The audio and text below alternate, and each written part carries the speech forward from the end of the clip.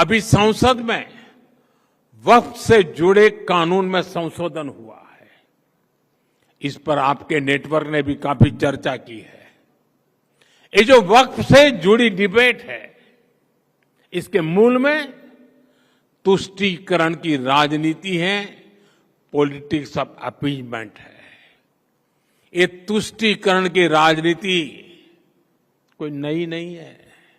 इसका बीज हमारे स्वतंत्रता संग्राम के समय ही बो दिया गया था। आप सोचिए, भारत से पहले, भारत के साथ साथ और हमारे बाद दुनिया में कई देश आजाद हुए, लेकिन कितने देश ऐसे हैं जिनकी आजादी की शर्त विभाजन थी? कितने देश हैं जो आजादी के साथ ही टूट गए? भारत के साथ ही ऐसा क्यों हुआ? क्योंकि उस समय राष्ट्र के हित से ऊपर सत्ता का मोह रख दिया गया। अलग देश का विचार सामान्य मुस्लिम परिवारों का नहीं था, बल्कि कुछ कट्टरपंथियों का था, जिसको कांग्रेस के कुछ नेताओं ने खाद पानी दिया ताकि वे सत्ता के अकेले दावेदार बन सके। साथियों, तुष्टीकरण की इस राजनीति में कांग्रेस को सत्ता मिली, कुछ कट्टरपंथी नेताओं को ताकत और दौलत मिली, लेकिन सवाल ये है, आम मुसलमान को क्या मिला? गरीब पसमानदा मुसलमान को क्या मिला? उसे मिली उपेक्षा, उसे मिली अशिक्षा, उसे मिली बेरोजगारी। और मुस्लिम महिलाओं को क्या मिला? उन्हें मिला शाहबानो जैसा अन्याय, जहां उनका संवैधानिक हक कट्टरपंथ की भेंट चढ़ गया। उन्हें मिला चुप रहने का आदेश, सवाल न पूछने का दबाव, और कट्टरपंथियों को मिल गया खुला लाइसेंस महिलाओं के अधिकारों को कुचलने का। साथियों, तुष्टीकरण यानी पॉलिटिक्स ऑफ अपीजमेंट भारत की सोशल जस्टिस की मूल अवधारणा के पूरी तरह खिलाफ है। लेकिन कांग्रेस ने इसे वोट बैंक की राजनीति का हथियार बना दिया।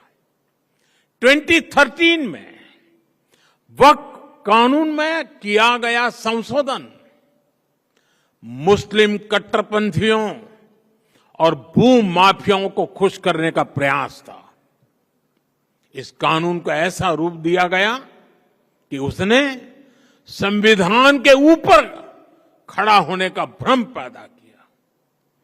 जिस संविधान ने न्याय के रास्ते खोले, उन्हीं रास्तों को वक्फ कानून ने संकुचित कर दिया गया। और इसके दुष्परिणाम क्या हुए?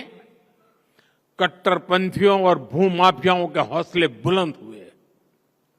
केरल में ईसाई समाज के ग्रामीणों की जमीन पर वक्फ के दावे, हरियाणा में गुरुद्वारों की जमीन विवादों में, कर्नाटका में किसानों की जमीन पर दावा, कई राज्यों में गांव के गांव हजारों हेक्टेयर जमीन अब एनओसी और कानूनी उलझनों में फंसी पड़ी है।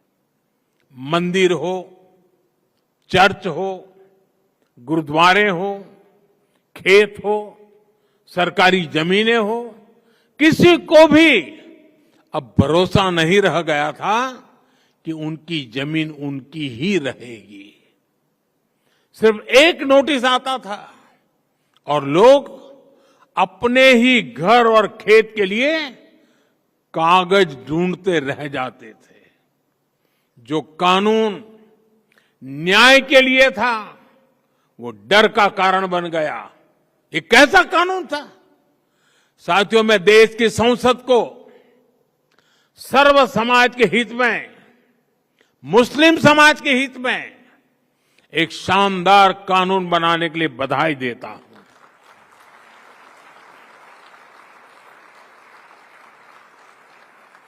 अब वक्फ की पवित्र भावना की भी रक्षा होगी और गरीब, पसमानदा मुसलमान, महिला, बच्चे सबके हक भी महफूज रहेंगे।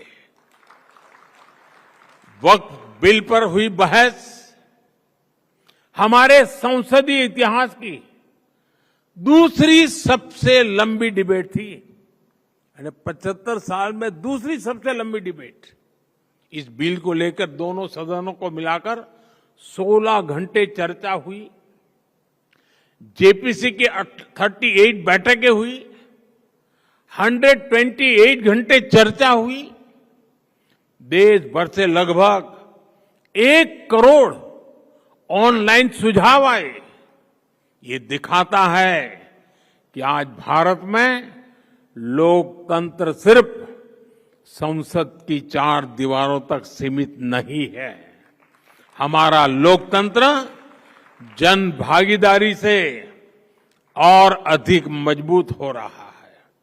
साथियों, आज दुनिया तेजी से टेक्नोलॉजी और एआई की ओर बढ़ रही है।